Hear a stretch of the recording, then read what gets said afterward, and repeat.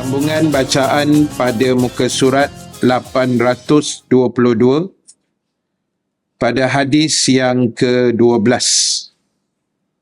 Kita ibu-ibu 666. Masih lagi dalam kesimpulan keseluruhan kitab ini yang menyusun 30 hadis. Dan sambungan kita pada pagi ini hadis yang ke-12. Alhamdulillahirabbil alamin. Wal 'aqibatu lil muttaqin wala udwana illa 'alaz zalimin. Asyhadu an la ilaha illallah wahdahu la syarika lah. Wa ashhadu anna Muhammadan abduhu wa rasuluh. Rabbana iftah bainana wa baina qaumina bil haqq wa anta khairul fatihin. Wa sayakfikahumullah wa huwas samiul alim. Amma ba'd. Muslimin dan muslimat, ibu-ibu yang dirahmati Allah Subhanahu wa taala sekalian. Alhamdulillahi taala, kita memanjatkan kesyukuran kepada Allah Subhanahu wa taala. Dengan keizinannya kita dapat sama-sama dipertemukan sekali lagi pada pagi ini. Alhamdulillah. Mudah-mudahan pertemuan kita mendapat kebaikan, rahmat dan juga keampunan Allah Subhanahu wa taala, insya-Allah. Muslimin muslimat, insya-Allah pada pagi ini seperti biasa kita akan sambung perbahasan dan perbincangan menggunakan kitab Al-Azkar. Sambungan bacaan pada muka surat 822 pada hadis yang ke-12. Kita ibu-ibu 666. Masih lagi dalam kesimpulan keseluruhan kitab ini yang menyusun 30 hadis. Dan sambungan kita pada pagi ini hadis yang ke-12. Bismillahirrahmanirrahim. Daripada Sahal bin Sa'ad radhiyallahu anhu, ia berkata, Ja'a rajulun ilan Nabi sallallahu alaihi wasallam faqala, Ya Rasulullah, dullani ala amalin Iza amiltuhu ahabbani Allah wa ahabbani an-nas faqala izhad fid dunya yuhibbuka Allah wa zahad fima 'indan nasi yuhibbuka an-nas. Hadis hasan riwayat Imam Ibnu Majah. Daripada Sahal bin Sa'ad radhiyallahu anhu, ia berkata, seorang lelaki telah datang kepada Nabi sallallahu alaihi wasallam, lalu ia berkata, Wahai Rasulullah, tunjukkan kepada aku satu amalan yang apabila aku lakukan maka Allah akan menyukai kepada aku. Dan manusia juga akan senang dengan aku. Jadi, tuan-tuan, ibu-ibu sekalian, inilah antara kehebatan para sahabat Nabi SAW. Dia mencari sesuatu yang terbaik dalam kehidupan mereka. Lalu datang salah seorang sahabat yang tidak disebutkan siapakah namanya. Tetapi dia datang bertemu dengan Nabi dan dia nak tanya satu amalan yang kalau dia buat, Allah Ta'ala sangat suka dan orang lain pun akan menyenanginya. Manusia pun seronok dengan dia. Jadi, apa yang akan dijawab oleh Nabi SAW dalam hadis yang demikian, boleh kita jadikan juga sebagai panduan perjalanan hidup kita. Sebab semua manusia kalau boleh, dia nak Allah sayang pada dia dan disenangi oleh manusia-manusia yang lain. Baik, lalu apa yang dijawab oleh Nabi SAW? Nabi jawab, bersikap zuhudlah pada urusan dunia, nanti Allah akan menyukai kamu. Dan bersikap zuhudlah pada sesuatu yang ada di tangan orang lain, tentu orang pun akan menyenangi kamu. Baik, pagi ni kita jumpa satu hadis yang boleh kita jadikan sandaran utama dalam hidup kita untuk mencapai satu matlamat, iaitu supaya Allah Subhanahu Wa Ta'ala menyayangi kita. Allah kasih, Allah cinta pada kita, dan juga manusia yang ada di sekeliling kita akan menyenangi kita. Mana orang seronok, orang suka dengan kita. Walaupun itu bukanlah matlamat utama dalam hidup kita. Matlamat utamanya adalah Allah kasih pada kita. Tapi bila kita buat apa yang Rasul arahkan, kita akan dapatlah kelebihan itu. Itu je. Jadi bila kita ikut garis panduannya, maka insya-Allah kita akan dapat apa yang dijanjikan oleh Allah dan Rasul. Jadi apa nak kena buat? Iaitu zuhud. Zuhud ni dia maknanya yang biasa kalimah yang kita dengar ustaz-ustaz sebut zuhud lah. Dan perkataan zuhud ni bahasa Arab, dia kalau salah sebut dia jadi zahid. Tapi tu tak ada kena-mengena lah. Tapi memang kalimah dia begitu. Zuhud ni makna asal dia berpaling. Zuhud tu makna berpaling.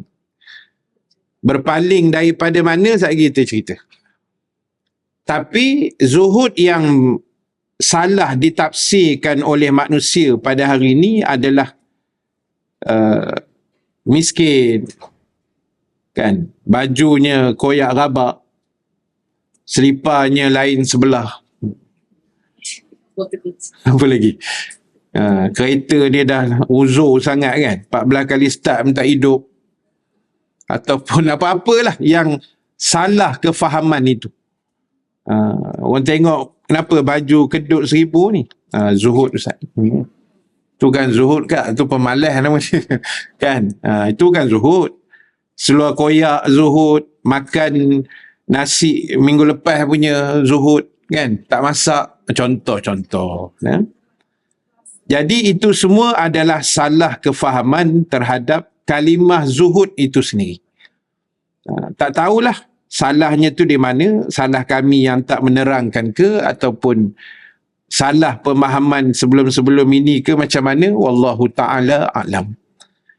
Tapi yang perlu kita betulkan semula adalah apabila Nabi kata zuhudlah kamu di dunia, itu satu. Zuhud dengan dunia, Nabi kata Allah akan sayang kamu.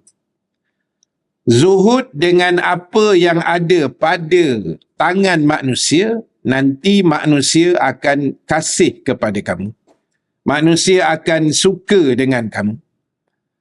Baik. Jadi cuba kita tengok beberapa pandangan ulama yang saya nak sebut. Bila kita katakan zuhud ini ada beberapa pengertian. yang disenaraikan oleh para ulama. Antaranya ulama pernah sebut yang dimaksudkan dengan zuhud itu adalah benci kepada dunia dan berpaling daripadanya. Benci dunia ni maknanya dia tidaklah bersungguh dengan menjadikan dunia itu matlamat utama dalam hidup dia. Orang yang zuhud, dia berpada. Dia ambil sekadar mana yang dia rasa perlu untuk diri dia, dan baki yang tak perlu dia tak kisah. Dia tak peduli. Tapi yang berlaku hari ni dengan dunia ni, manusia dia memang macam tu lah. Siapa pun, saya, tuan-tuan, ibu-ibu, kita ni lebih kurang sama je lah. Maknanya keinginan besar nafsu kita pada dunia tu memang ada. Sebab dunia ni tempat kita duduk. Tempat kita berpijak. Tempat yang memang Allah telah takdirkan makhluk yang bernama manusia khususnya akan mengurus tadbir dunia ni. Jadi, setuju atau tidak setuju, aturan dia memang kita dah kena duduk atas dunia. Bermaksud untuk mencapai satu matlamat yang dipanggil zuhud dengan dunia tadi, kita kena sedar siapa yang empunya dunia ini. Kan? Maknanya kita tahu, oh dunia ni bukan aku punya.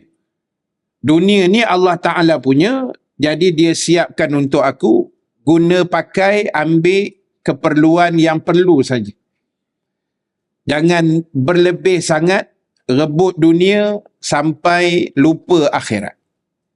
Sampai tak semayang. Sampai tak jaga tanggungjawab yang sepatutnya. Jadi, bila manusia faham, dunia ni Allah punya.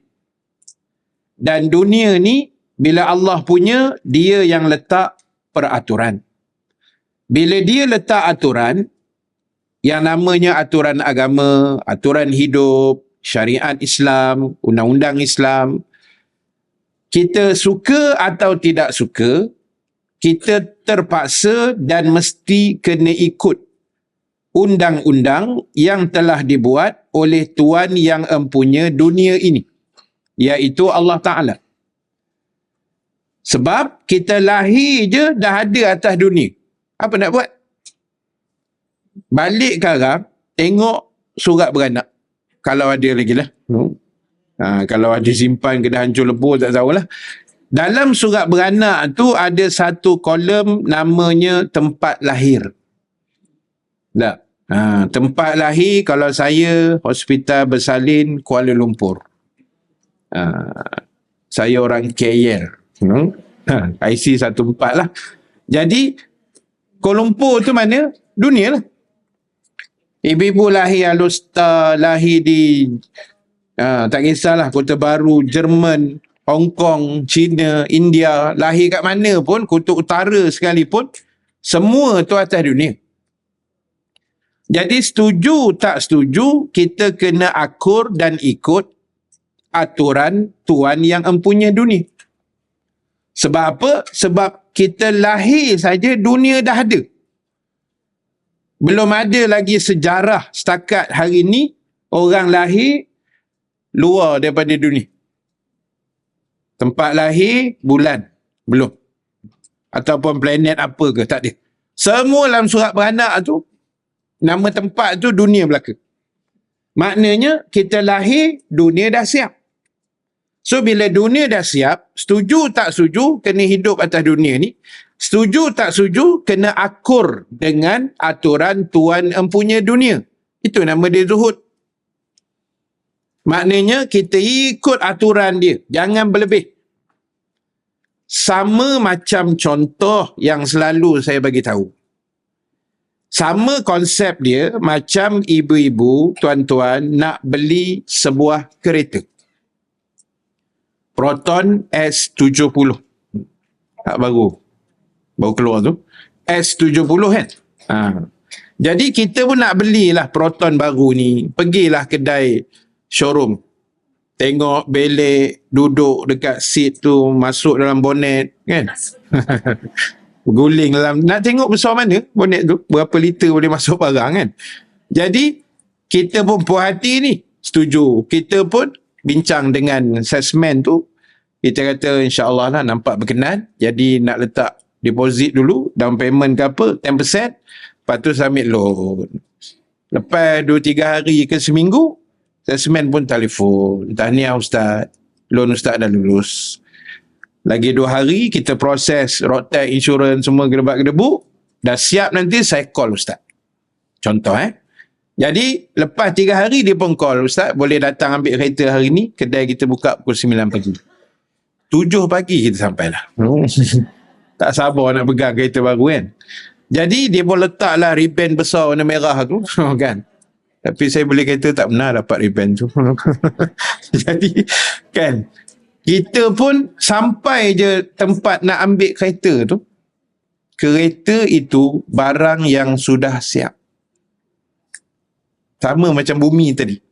Mana kita beli kereta, kereta tu dah komplit. Tayarnya, steering, semua dah lengkap. Cuma cucuk enjin pula lah. Kunci. Tapi sekarang ni keyless, kan. Tekan brake, push start button, bismillah tawakal, bawa balik kereta tu tak. Barang yang sudah siap. Setuju atau tak setuju, kita kena terima segala aturan tuan yang buat kereta yang namanya Proton. Kalau kita beli Honda, Honda lah. Mercedes lah. BM lah. Jadi aturan dia apa? Steering dia sebelah kanan. Dia punya minyak kena letak petrol. Kalau diesel lah. Lepas tu tayar dia, size rim dia sekian. 18 ke 20 macam tu. Jadi, suka tak suka, kena ikut je. Sebab itu pemilik dia dah buat aturan. Tak ada orang beli kereta sikit-sikit. Hari ni dia dapat claim RM100 e-wallet. Hari ni kan, saya try tak layak aku punya. Saja buka aja, kan. Tekan button claim tak boleh. Asam tu. Tak ada rezeki lah tu. Jadi kuat melawan agaknya. Baik, jadi ibu sekalian, katalah kita dapat claim RM100 hari ni, kerajaan bagilah dalam e-wallet tu. Kita pun pergi kedai spare part mana, belilah tayar sebiji dulu.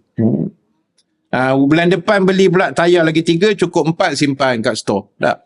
Dapat gaji tahun depan beli, lepas tu pasang sendiri.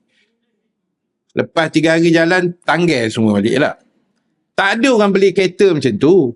Cuma, bila beli tu, kereta dah siap. Jadi, akur dengan aturan dia, jangan ubah undang-undang. Steering kanan, kita kata, saya nak macam orang putih tak, tukar steering belah kiri. Tak. Merangkak bayar tol nanti. Tu belah sana, kita belah sini. Menungging dalam kereta nak touch and go tu, kan. Contoh. Dia punya minyak mesti petrol. Kita pun kata minyak sekarang ni mahal Ustaz. Ekonomi pun merudum, ringgit pun jatuh. Saya ingat tukar minyak gamat je lah. Dia ada adik-beradik kat Langkawi tu, kan.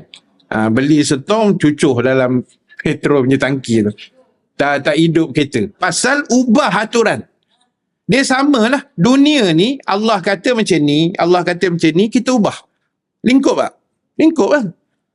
Jadi sebab itu bila kata zuhud tadi, tuan-tuan, ibu-ibu sekalian, kita kena hidup atas dunia ni, ikut saja apa yang Allah Ta'ala dah atur, dah susun yang terbaik buat kita. Itu baru saya cerita Proton, Honda apa semua. Ini Allah ni lebih handal daripada Proton lagi. Kan? Lebih dahsyat lagi, lebih hebat kuasa dia. Penyusunan atur Allah tu lagi hebat. Jadi bila dia buat dunia, dia susun dah harta bendanya, wang ringgitnya, kekayaannya, kuasanya, anak pinaknya. Allah lebih tahu yang terbaik buat kita. Jadi ikut je dia punya aturan. Itu ringkas, ibu-ibu sekalian, antara kefahaman zuhud yang ulama sebut. Baik, yang kedua ada ulama sebut. Hari ni kita cerita buat zuhud, jangan risau. Hari ni hadis 12 je, tak lompat hadis 13. Sebab banyak hari ni.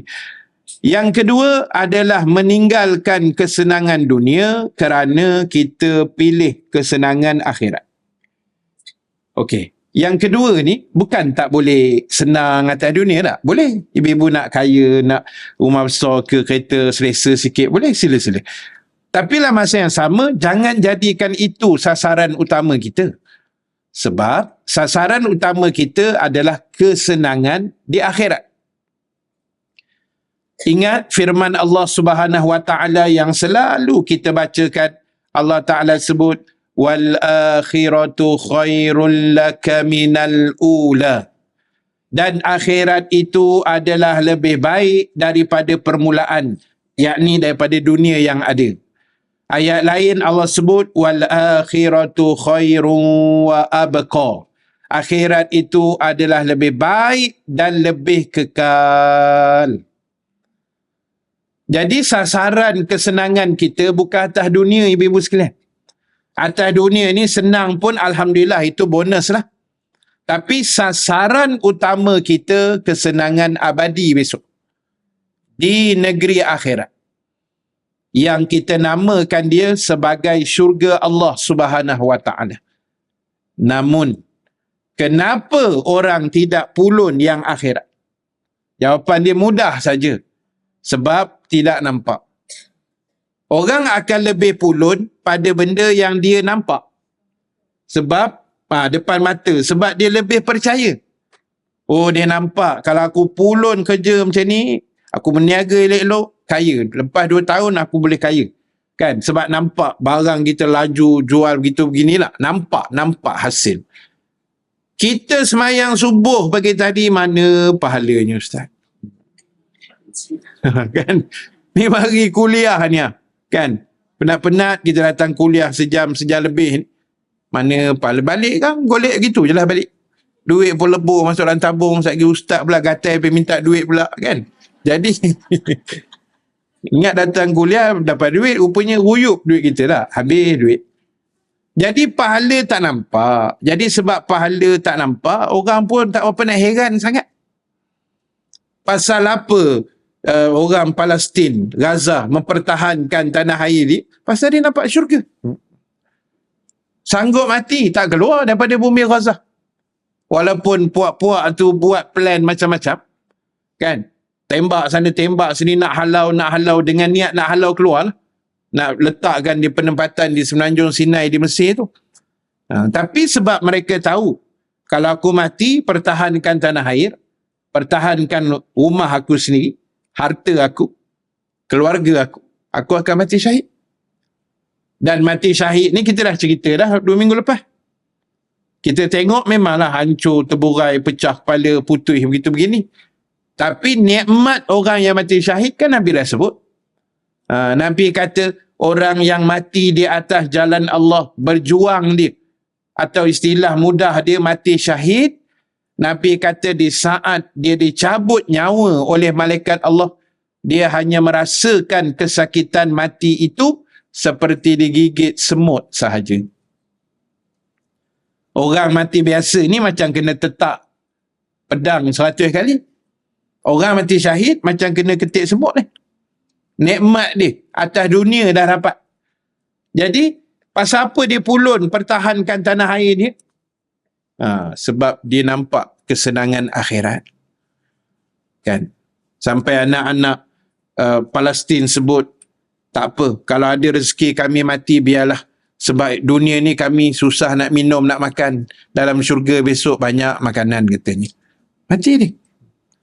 Jadi saya tengok semalam pun, ialah dia dah habis gencatan senjata seminggu ni, kerja dia menembak balik. Jadi bila dia tembak semalam dekat sempadan dengan Khan Yunis, situ banyak penempatan Palestin dekat situ. Jadi saya tengok video tu, memang dia tembak tu, tengah bom jatuh tu, orang tu meniarap, dia buat video tu. Berani orang ni.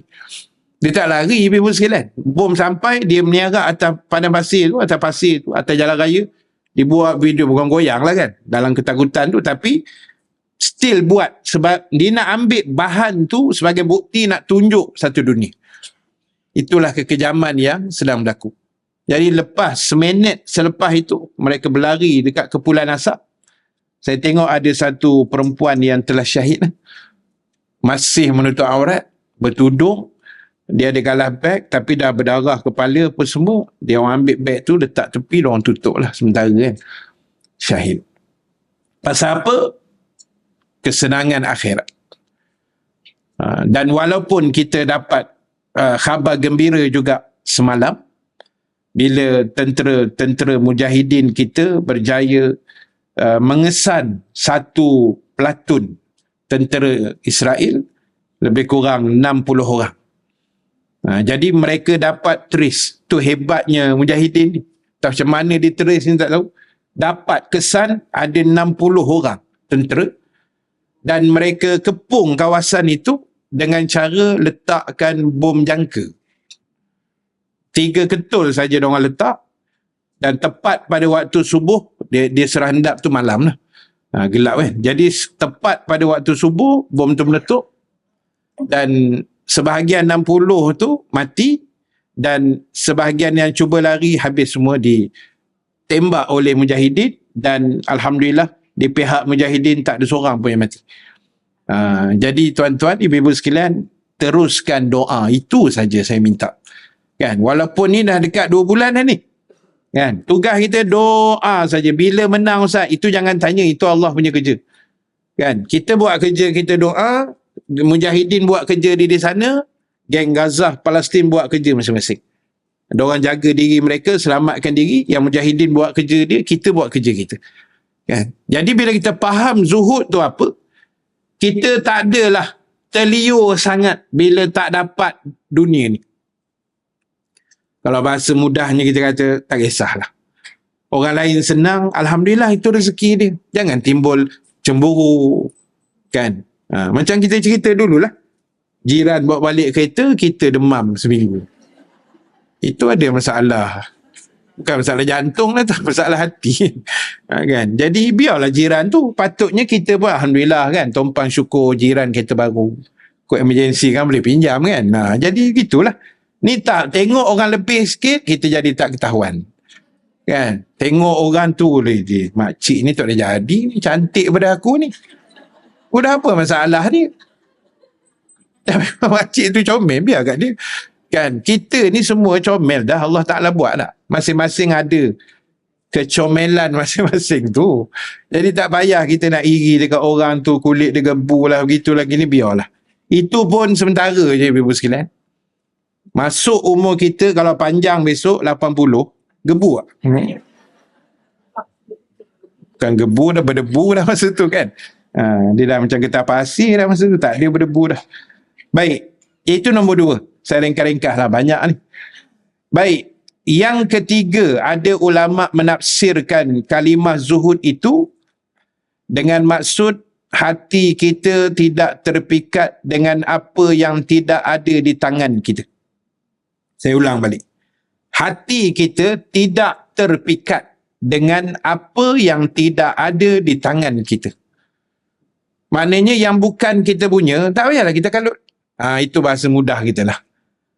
Apa yang tak ada kat tangan kita, kita tak heran pun sebenarnya. Itulah orang yang zuhud sebenarnya. Maknanya apa yang ada pada dia, alhamdulillah. Yang tak ada, kalau dia berkenan juga, dia akan cuba dengan cara yang halal, yang betul. Dia pun doa, ya Allah, kalau ada rezeki aku dapat pakai kereta ni, alhamdulillah, tak ada pun tak apa, ya Allah. Dia okey je.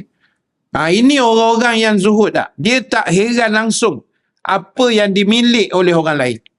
Mana dia tak heran tu, mana dia tak kalut dan dia tak ada timbul unsur yang tak baik tadi. Macam dengki, iri hati kan. Tak perlu sebenarnya ibu-ibu sekalian. Kita dah baca dah hadis sebelum ni. Kita boleh berdengki, iri hati ni 2 perkara saja yang agama benarkan. Lain daripada itu tak boleh.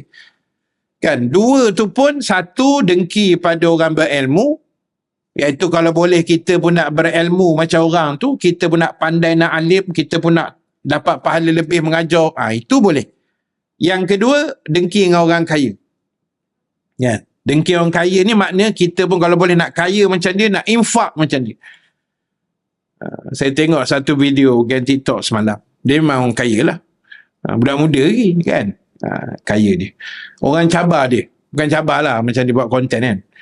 Dia kata, abang boleh tak abang tolong bayar gaji rider untuk sehari. Dia duit banyak kan. Orang suruh dia buat macam-macam. Yang mana sesuai dia buat lah.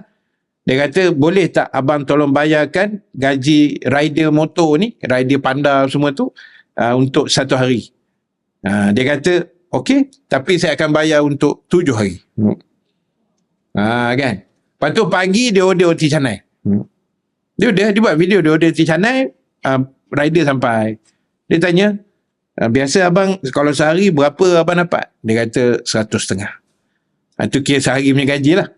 Okey bang, saya bayar 200 untuk gaji hari ni. Dia pun alhamdulillah, terima kasih bang. Bukan sehari bang, 7 hari. 1,400 dia bagi. Biru muka rider tu. Terus berpeluh. Kan, bang banyak ni tak apa, ambil ini rezeki awak. Lepas tu dia order lah tengah hari punya.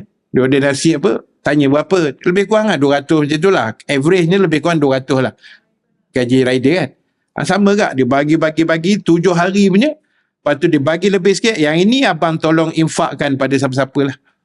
Kirim pula lagi. Lepas tu malam pula sama. Kita pun cakap, ya Allah bila aku boleh buat macam ni kan. Kita kadang order panda ke Grab ke hantar makanan malas nak keluar ni. Ada galah top up RM1 kat situ. Untuk rider. Tips kan. RM1, RM2. Itulah yang kita mampu tak. Alhamdulillah lah boleh lah. Tapi tengok ni kalau aku duit banyak pun boleh try ni kan. Tapi kena ingat satu benda. Kita belum duit banyak, bolehlah cakap macam tu. Tapi kalau Allah dah uji kaya besok, aku takut kuliah pun tak sampai dah lepas ni. Kan? Bimbang juga. Belum kaya boleh. Saya kalau kaya Ustaz, kan, cerita dengan bersembuh Elio punya semangat. Tahu-tahu dah kaya, batang hidung tak nampak. Takut lah. Ujian harta ni dia lain sikit ibu sekalian. Kan? Jadi maknanya itu nombor 3. Kita tak usah, dia tak heran lah dengan apa yang tak ada pada tangan dia tak peduli lah benda tu tak. Dia okey je. Apa yang ada dia syukur. Baik, yang keempat ada juga ulama sebut zuhud ini dengan makna gembira dengan apa yang ada dan tak sedih bila tiada. Ataupun apa yang kita tak ada. Tak sedih pun. Maknanya orang yang zuhud, dia gembira dengan apa yang dia ada. Dan dia tak pernah rasa nak sedih, frah menonggeng ke apa dengan apa yang dia tak ada. Dia okey je. Maknanya susah ibu-ibu sekalian. Kita nak mensyukuri apa yang kita ada dan yang tak ada tu tak apalah. Tak ada sedih-sedih apa pun kan. Kalau boleh buat yang ini memang hebat lah ibu-ibu sekalian. Bila kita boleh letakkan, ini nama dia orang yang reti mensyukuri lah. Dia menghargai kurniaan Allah pada dia. Kan? Kami, saya bagi contoh kami ustaz-ustaz, ustazah, asatizah kan. Kami ni ada kelebihan masing-masing, kekurangan masing-masing. Dan peminat masing-masing. Setuju tak? Jadi kita ni, saya tak payah cemburu lah. Apa Ustaz Zaido kuliah melempah sampai ke parking. Tak payah. Patutnya alhamdulillah seronok tengok kan. Syukur. Jadi benda yang tak ada pada kita, tak payah kita rasa stres, cemburu, sedih. Kenapalah kuliah aku tak ramai. Muhasabahlah diri. Tak kuliah kita tak apa sedap ke kan? Ataupun kuliah kita serik je baca kitab, orang pun naik pitam dah rasa kan. Jadi muhasabah diri satu bab lah. Tapi kita ni bila tak ada dengan kita, tak payah sedih. Kan? Jangan cemburu dengan orang lain. Mana apa yang dah ada, alhamdulillah. Contoh saya kan. Alhamdulillah lah saya dengan ibu-ibu pun saya rasa dah lama dah saya kuliah ni. Cuma masalah kitab tak habis-habis lagi. Itu je masalah ni. Dah janji daripada hujung tahun lepas sampai hujung tahun ni. Sikit lagi tak habis-habis. Mungkin tahun depan pula nampak gayanya kan. Jadi, lama dah saya pun alhamdulillah, lama dah aku mengajar kat Afalah ni. Maintain tu. Kecuali masa COVID dulu sekejap, kena break, kena berhenti. Tu je. Lain semua jalan elok tak. Alhamdulillah. Cuma kadang saya tak datang, kadang tukar jadual, minta laluan. Tak apa, kita on je, tak ada masalah. Jadi saya pun syukur, Alhamdulillah, ya Allah, 25 tahun dah aku mengajar ni, masih kekal, maintain, elok. Berkat doa ibu-ibu jugalah, kawan-kawan anak murid lain semua lah. Jadi, apa yang ada, kita gembira. Alhamdulillah, syukur pada Allah. Kita ada pasangan hidup, ada anak isteri, suami. Alhamdulillah, ada cucu sikit kan. Tak ramai pun tak apa, ada. Alhamdulillah. Apa saja yang ada, dia gembira, dia bersyukur. Ini orang yang zuhud. Bukan asyik mengomel, komplain, begitu. Banyak benar komplain dalam hidup. Kita ni, jangan komplain ibu-ibu sekalian. Kecuali pada benda yang boleh kita bincangkan benda itu untuk penambahbaikan, kan? Bagi idea, Ustaz, saya minta maaf Ustaz, akan datang kuliah Ustaz, kena macam ni, selitkan macam ni. Contoh, pandangan. Pandangan tu boleh diterima, boleh ditolak, tak ada masalah. Dan tuan-tuan ibu-ibu bebas bagi pandangan. Ada orang bagi saya pandangan, tapi saya tolak. Ada. Lepas kuliah, dia kata, Ustaz, bulan depan Ustaz taruh kau-kau sikit. Kan, dia nak suruh aku berhenti lah tu. Kan, dia suruh kita taruh lebih-lebih. Mana boleh, ini kuliah, bukan ceramah politik. Kan, ini kuliah. Kuliah ni ilmu, pemahaman. Bolehlah selit sipi-sipi je. Bolehlah sikit-sikit. Jangan beria sangat. Sikit je. Kan? Jadi macam awal saya selit tadi, zuhud tu kan. Ingat saya sebut tadi. Sikit je. Sebut nama orang itu je. Kan? Selit sikit je. Jangan, Ustaz kena bantai ni, jamaah sini ada yang dekat. Kita ni kena hikmah, ibu-ibu sekalian. Kan? Kena hikmah. Ada pandangan yang kita terima.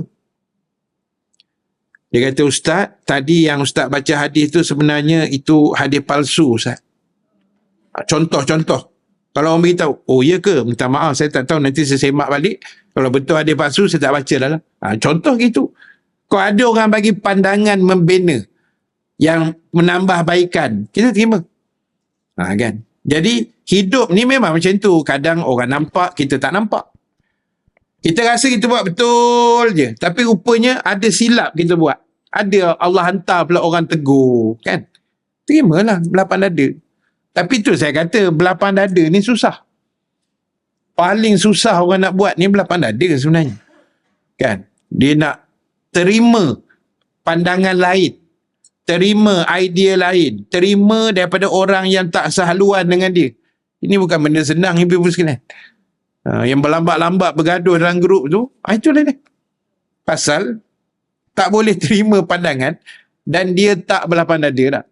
Orang tegur tak boleh, dia bantai orang tak apa. Jadi sebab itu zuhud ni dia gembira apa yang dia ada, alhamdulillah, syukur, dan dia tak adalah rasa sedih pada benda yang dia tak ada. Dia tak dapat pun, alhamdulillah, tak apa, tak kisah. Mungkin belum masanya Ustaz, Allah dia tahulah, dia ngatur terbaik untuk saya, kan? Okeylah tu.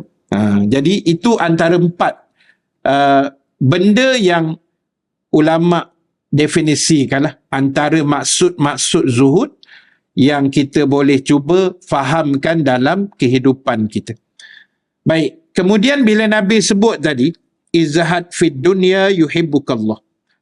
Kamu kena zuhud dengan dunia. Nanti Allah akan kasih pada kamu. Baik, ada ulama sebut zuhud terhadap dunia ni dia ada 3 pecahan lah, ataupun 3 tafsiran lah, kita kata begitu.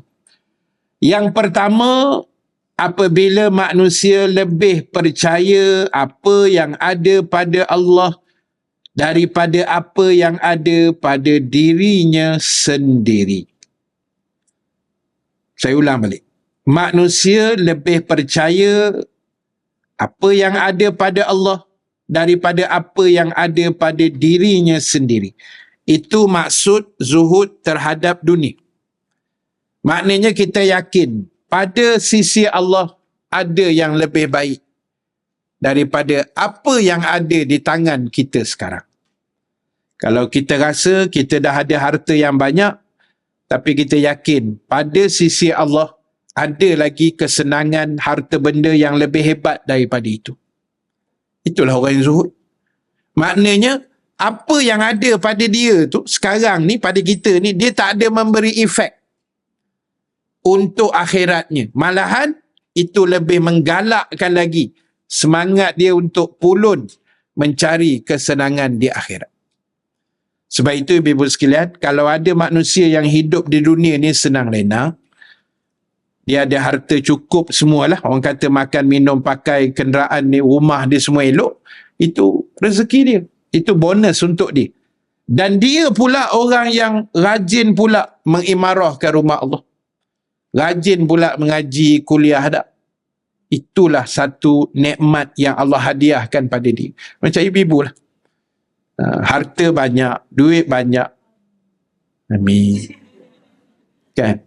Jangan kata, mana ada, laju benar menolaknya, kan? Jadi kita ni Allah bagi macam tu, lepas tu kaki masjid pula, kaki kuliah pula, kaki semayang pula. Allah, itu nikmat. Saya banyak jumpa macam tu lah. Dia orang kaya, dia orang yang berada, tapi dengan rumah Allah, dengan kuliah, dengan solat, dengan puasa sunat, dia tak pernah tinggal, kan? Saya pernah cerita agaknya, saya kuliah satu surau, kuliah maghrib. Kuliah tu saya kena setiap hari Khamis. Jadual saya Khamis minggu keempat lah, Khamis pada Jumaat kan. Jadi bila setiap kali saya start kuliah aja, ada satu orang tu duduk depan tirai muslimat tu, orang lelaki lah, tapi duduk depan kali, duduk belakang sekali, depan tirai tu. Surau kecil je, separuh daripada dewan kita ni.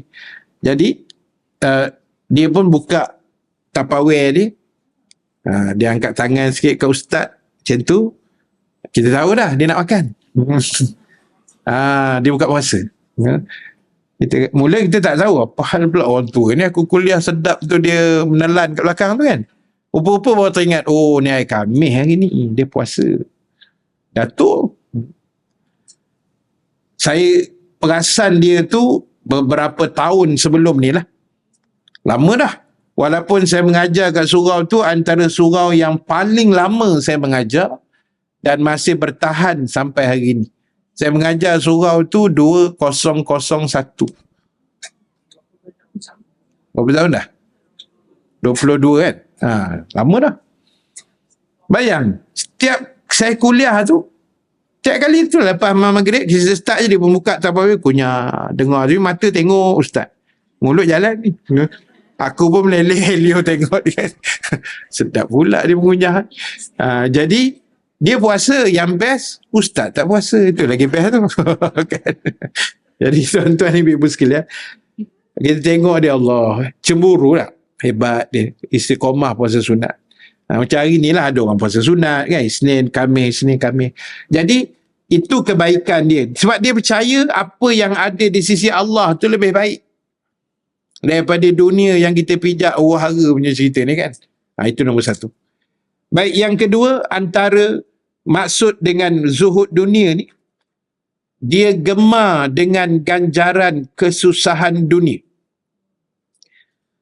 Maknanya orang yang zuhud dengan dunia ni, maknanya dia seronok bila Allah uji dia dengan susah payah di dunia ni.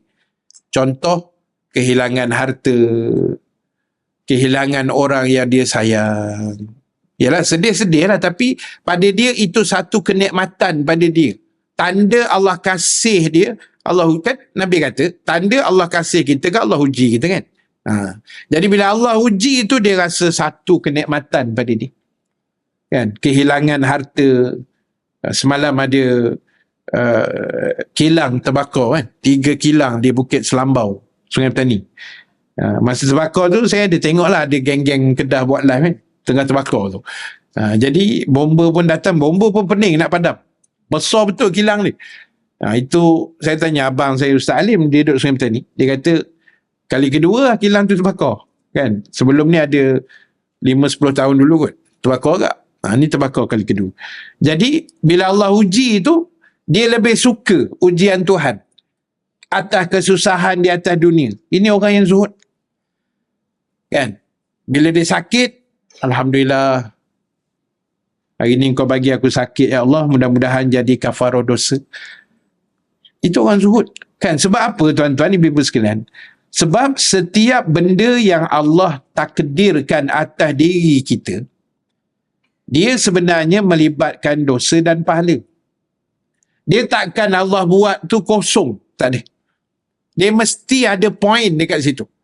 Sama ada Allah nak hapuskan dosa kita, Allah nak tambah darjat kita, Allah nak angkat martabat kita di akhirat. Jadi bila orang yang faham akhirat tu lebih baik, akhirat tu lebih kekal, dia akan tak heran dah dengan dunia ni. Betul saya cakap. Tapi yalah, makam kita tak sampai lagi. Mungkin ibu sampai, saya belum sampai lagi. Kan? Kita masih heran dengan dunia ni. Bukan tak heran. Heran. Kan? Bila lah aku nak rasa kan. Dia rasa heran kat situ. Jadi orang zuhud, dia tak heran dah. Dia tak peduli dah dengan dunia ni. Yang dia kira dia nak pulun kesenangan di akhirat.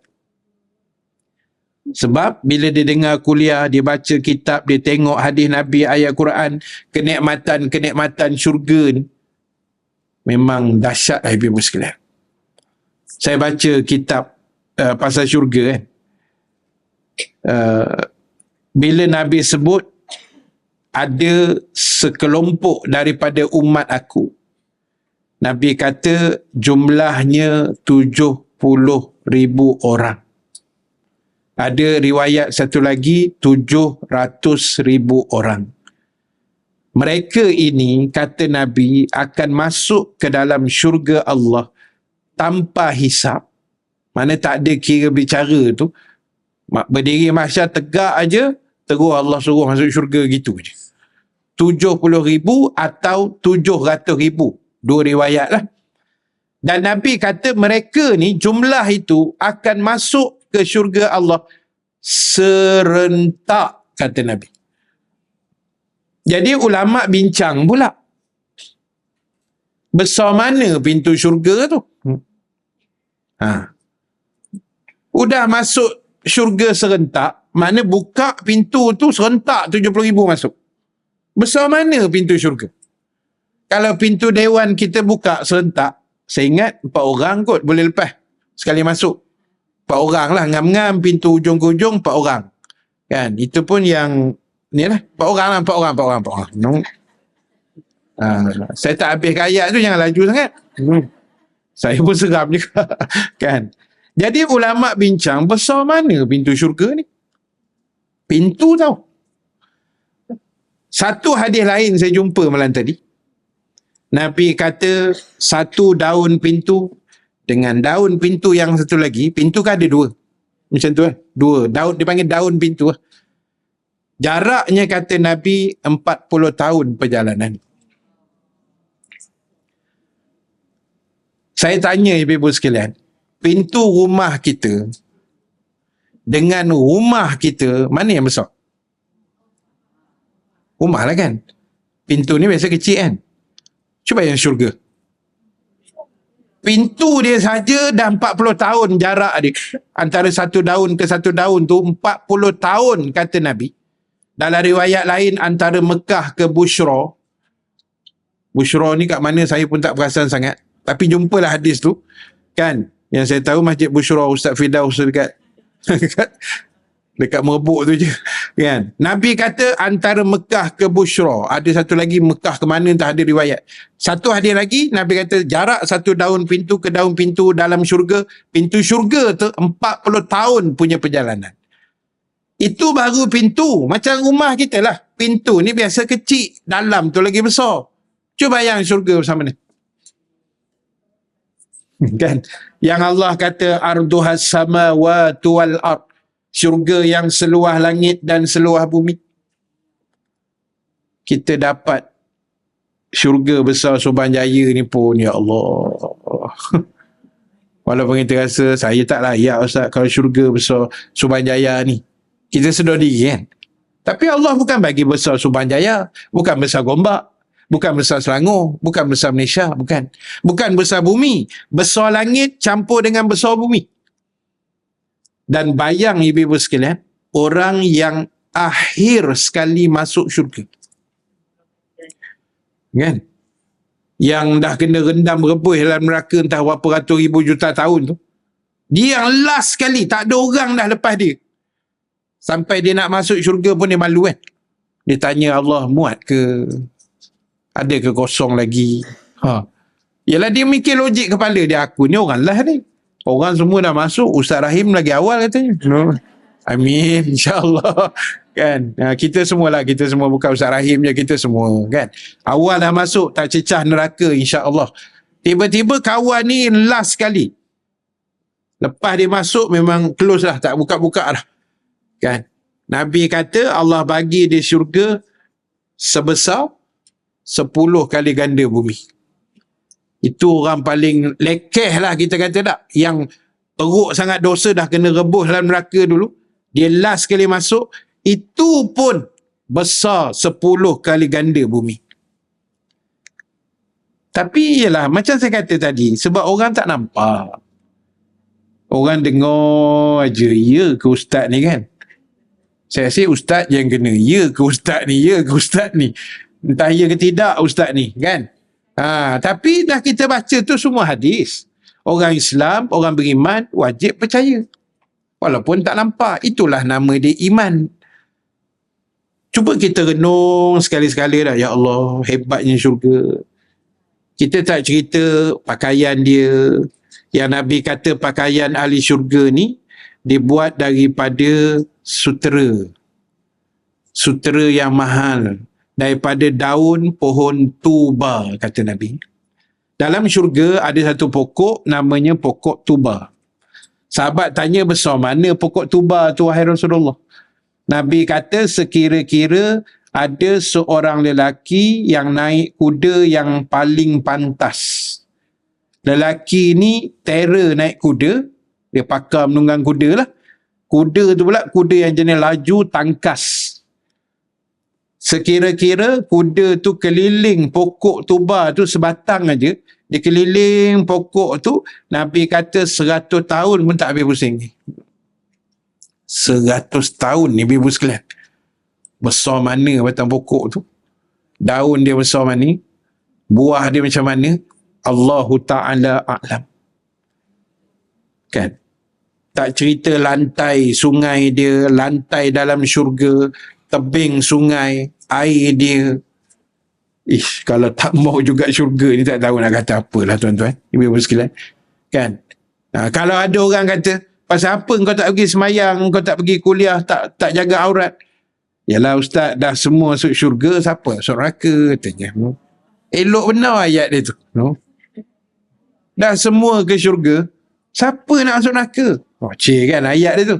Sia-sia Allah buat neraka, tak ada orang nak masuk. Habis kau teringin sangat ke masuk neraka tu? Kan? Ayat tu jaga sikit, mulut tu jaga. Jangan main sedap je bercakap. Jadi ada orang dia bercakap macam tu. Itu belum kira kubur masing-masing. Kan? Orang tegur je, tak payah sibuk lah ustaz. Ustaz jaga ustaz, saya. Kubur masing-masing. Saya dah pernah cerita dah apa jawapan terbaik kalau orang kata kubur masing-masing ni kan. Ustaz saya dah ajar dulu masa sekolah lagi. Dia kata kalau orang kata macam tu, jawab je, memanglah kubur masing-masing. Tapi saya takut kubur awak sebelah kubur saya.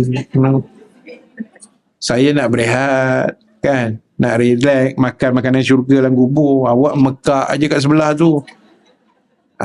Tu je jawapan dia kan. Nak sangat kubur masing-masing.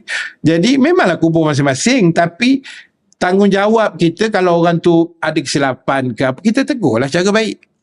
Bukan ayat-ayat ni kubur masing-masing, jangan jaga tepi kain orang. Ini sebenarnya kalimah yang tak apa sesuai sebenarnya.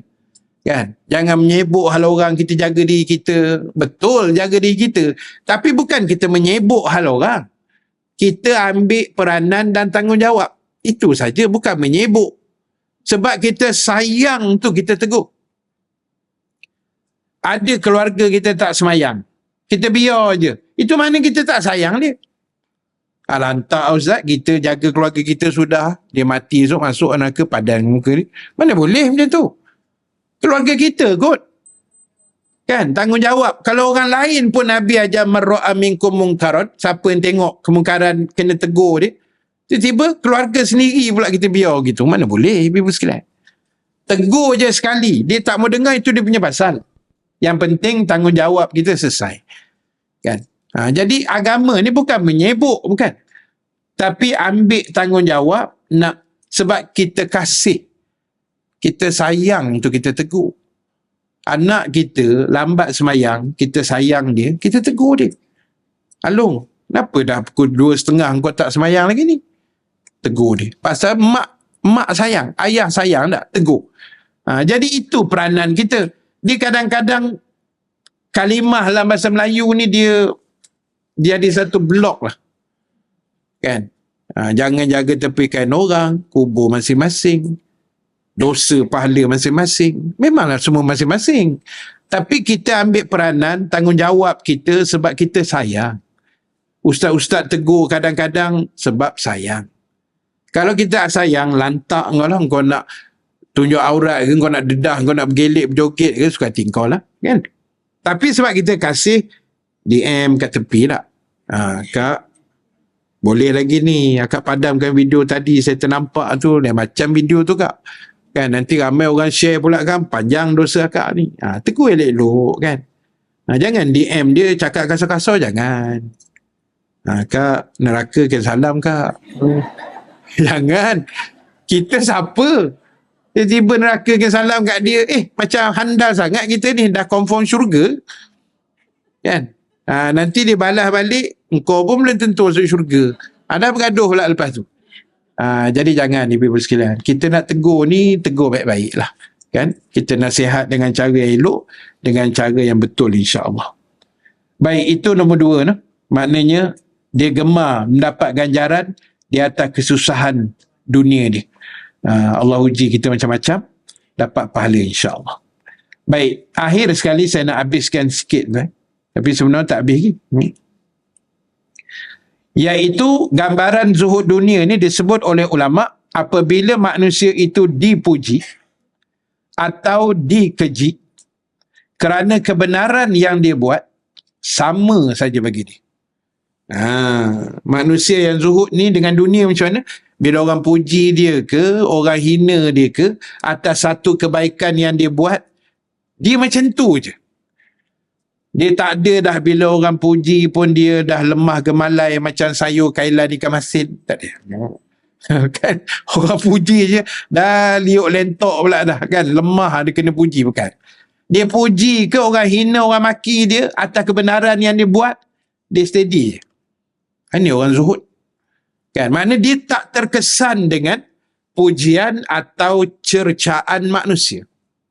Dan inilah sebenarnya ibu-ibu sekalian, sifat orang yang beriman. Orang beriman ya Allah sebut dalam Quran, wala yakhafuna laumata laim. Orang beriman, Allah kata perangai mereka, dia tidak peduli apa juga celaan orang yang mencelanya. Contoh contoh. Orang kata kat kita, alah macam bagus dia pergi kuliah hari-hari dekat Masjid Al-Falah. Biarlah, kita tak peduli pun benda tu. Orang kata lah macam dia seorang je nak masuk syurga. Kadang saya geram kat Ustaz, saya jawab, kau pergi lah masuk neraka tu. Kau tak nak masuk syurga kan? Kadang hati ni sakit juga Ustaz. Sabar. Istighfar banyak-banyak tak. Kadang geram nak menjawab je rasanya. Sabar. Tak, syurga ni untuk orang yang sabar. Jadi orang sindir kita macamlah dia je yang terpaling Palestin. Kan orang kata kan, tak habis-habis dengan Palestin dia. Sana mati juga artinya. Macam dia je seorang penyokong Palestin. Sabar. Kan? Jadi orang kata, orang beriman dia tak peduli semua benda tu. Dia tak heran lah. Yang dia kira Allah kata apa. Itu je. Kan? Aku buat benda ni, Allah kata okey ke tidak? Itu je aku nak tahu. Kalau Allah kata on, jalan. Allah kata jangan buat, kita tak buat. Jangan kira manusia. Manusia ni macam-macam pandangan dia. Kan? Idea manusia ni yang kadang yang bukan-bukan je. Jadi kita tak usah peduli sangat manusia nak kata apa, kecuali kalau dia bagi idea atau pandangan membina yang boleh menambah baik, itu kita dengar lah. Tapi kalau kata-kata sindiran, kata-kata hina, kata-kata mengkeji, yang itu orang beriman dia tak lut ni. Dia tak lut ibu-ibu sekalian. Dia takkan terkesan. Biarlah orang nak kata apa pun kan. Lantak dia. Dia macam tu. Jadi sebab itu ibu-ibu sekalian, itu antara benda yang boleh kita kongsikan sedikit untuk kuliah kita pada pagi ini. Ada lagi sambungan dia nanti tak habis gini. Ada sikit lagi pasal zuhud ni, ada saya catatkan notanya tadi. Tapi banyak bab zuhud ni ibu-ibu sekalian. Oh, tahun depan ni? Lepas tu tak ada dah? Oh. Sedih. Yalah, ustaz pun nak bercuti. Jadi, tak apa, kita sambung tahun depan. InsyaAllah panjang umur. Buat tenang. Ada rezeki, hidup, panjang umur, sihat, kita sambung tahun depan, insyaAllah. Baik, saya akan sambung nanti. Ingatkan saya lah. Takut lupa, dah setahun. Tahun depan. Tengok, canggih tak canggih? Nota atas KWSP punya surat ni, yang main-main. Canggih punya nota ni. Allahu Akbar. Nanti saya nak cerita beberapa pandangan ulama tentang takrifan zuhud.